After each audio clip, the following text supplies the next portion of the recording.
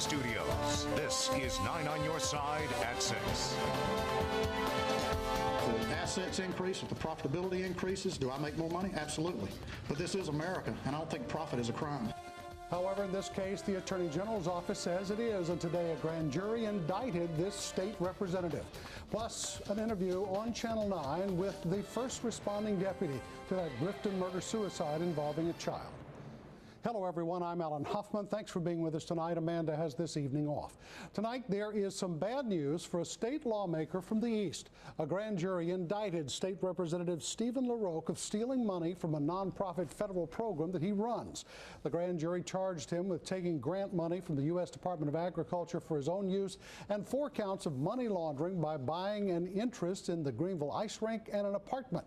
Earlier this year, the Kinston resident admitted making money, but he said he did nothing wrong. I get a percentage of the profit, 10% of the profit of the corporation. If it don't make any profit, I don't get any extra money. Earlier, the North Carolina Republican blamed the investigation on what he called the left-leaning North Carolina Policy Watch publication. The IRS, the U.S. Department of Agriculture, the FBI, and the State Bureau of Investigations were all involved in this. LaRoque lost a bid for re-election in May. Now to a developing story out of Lumberton, where the man accused of killing an off-duty police officer is now in custody tonight. Now, this happened at a parking lot of a Shell station at about 11 o'clock this morning. Police say 32-year-old Master Patrol Officer Jeremiah Goodson wasn't alone when he approached the suspect to serve a warrant, but that's when investigators say the man pulled a gun and simply started shooting. The second officer pulled his gun and subdued the man.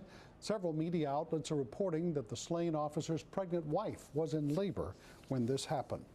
And the medical examiner in Greenville says the Ohio woman who disappeared on a July 4th vacation to the Outer Banks was stabbed and strangled to death. Police believe Lynn Jackenheimer's boyfriend, 27-year-old Nathan Summerfield, killed her, put her body in a plastic bag, and dumped the body about 30 miles from where they were vacationing with her 2 children.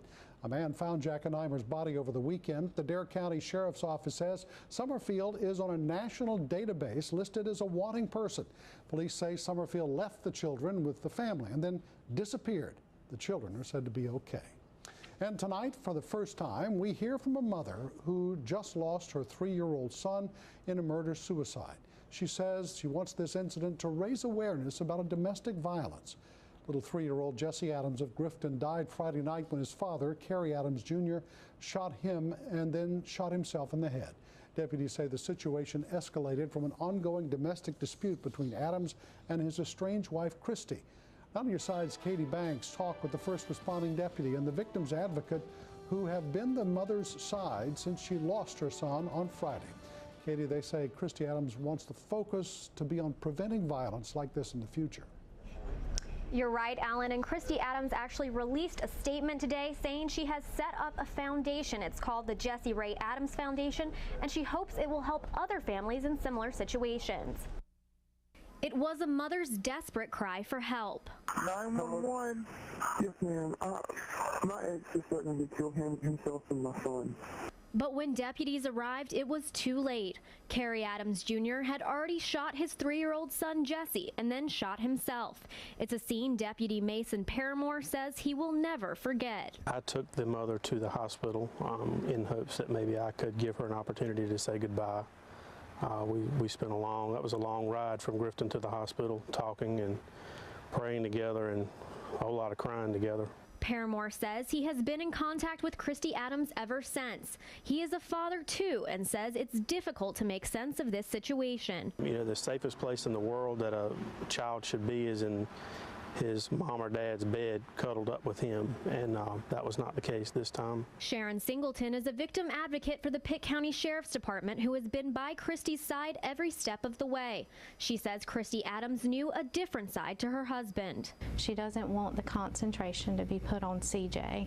She doesn't want everybody to make him out to be the worst person that ever walked the earth. She wants us to know that once upon a time, he was a really good person. He had a very sweet little boy. She said he loves his little boy, and Jesse loved him. In a statement, Christy said, "We never imagined ourselves in this situation we are in, and we will strive to help any parent or grandparent from ever thinking they have to face a tragedy like this alone." Christy Adams has now set up a Jesse Ray Adams Foundation as a way to promote awareness and educate others about domestic violence. And as for little 3-year-old Jesse, Deputy Paramore says he will be forever remembered as an innocent child, just like he was. Jesse Adams' mother says she wants anyone who was touched by this situation to feel welcome at Jesse's funeral. Now the viewing will be tomorrow at 6:30 until 8:30, and that's at the New Destiny Pentecostal Holiness Church here in Greenville, and his funeral service will be held at that same church Thursday at 2 p.m. Alan? Thanks, Katie. An emotional story for sure. Thank you. Memorial Fund, by the way, is set up in Jesse's name, and you can mail in a donation or drop it off at any BB&T branch bank. You can find out more. Just go to our website at WNCT.com.